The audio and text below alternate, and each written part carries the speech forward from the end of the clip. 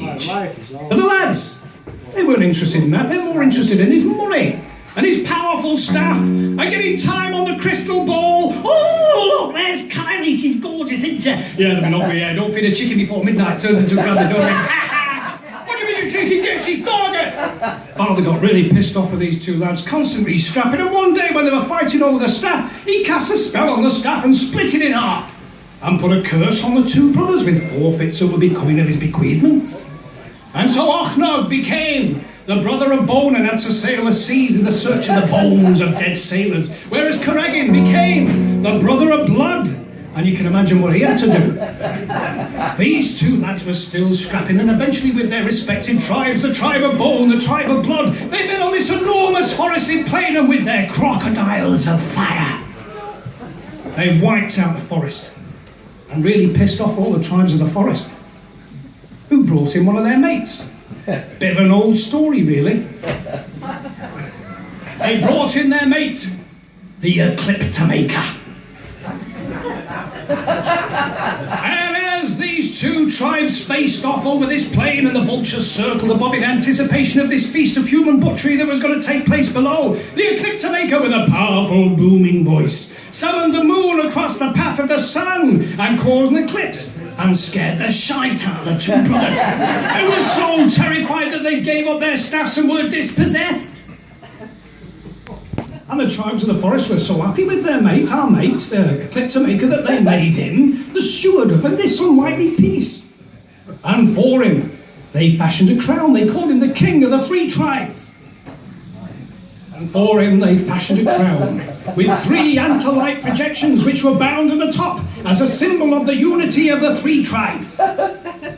And our mate, he was dead good at the job. He's like Solomon and all that. He was really clever and did a fantastic. They all loved him, apart from the two brothers. And when they realised it was all smoke and mirrors, they crept into the camp in the night and did a coup thing.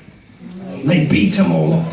And they got our mate, the Ecliptomaker, the king of the three tribes. And they beat him up too. And they broke him. They broke his mind. And they broke his body. And they took the crown of the three tribes, and with their knives, they split the binding between the three antler-like projections, which fell down on the three sides of the hat. And they paraded our friend around the towns and the villages as the fool. And as you can imagine, these three antler-like projections falling down on the three sides of the hat became the first ever Jester's hat. In it. First ever Jester's hat, in it. And our friend, the Ecliptomaker, the king of the three tribes, now the fool and the jester, made his home in a little subterranean cave under the throne room. And there he gathered about him all manner of reflective objects and mirrors in which he could see the broken pieces of his reflections. And he tried to piece together all those broken pieces of his mind, but he could not. And those who saw him there, with his mirrors and reflections, they called him the Magpie. Magpie the Jesterly Corvid.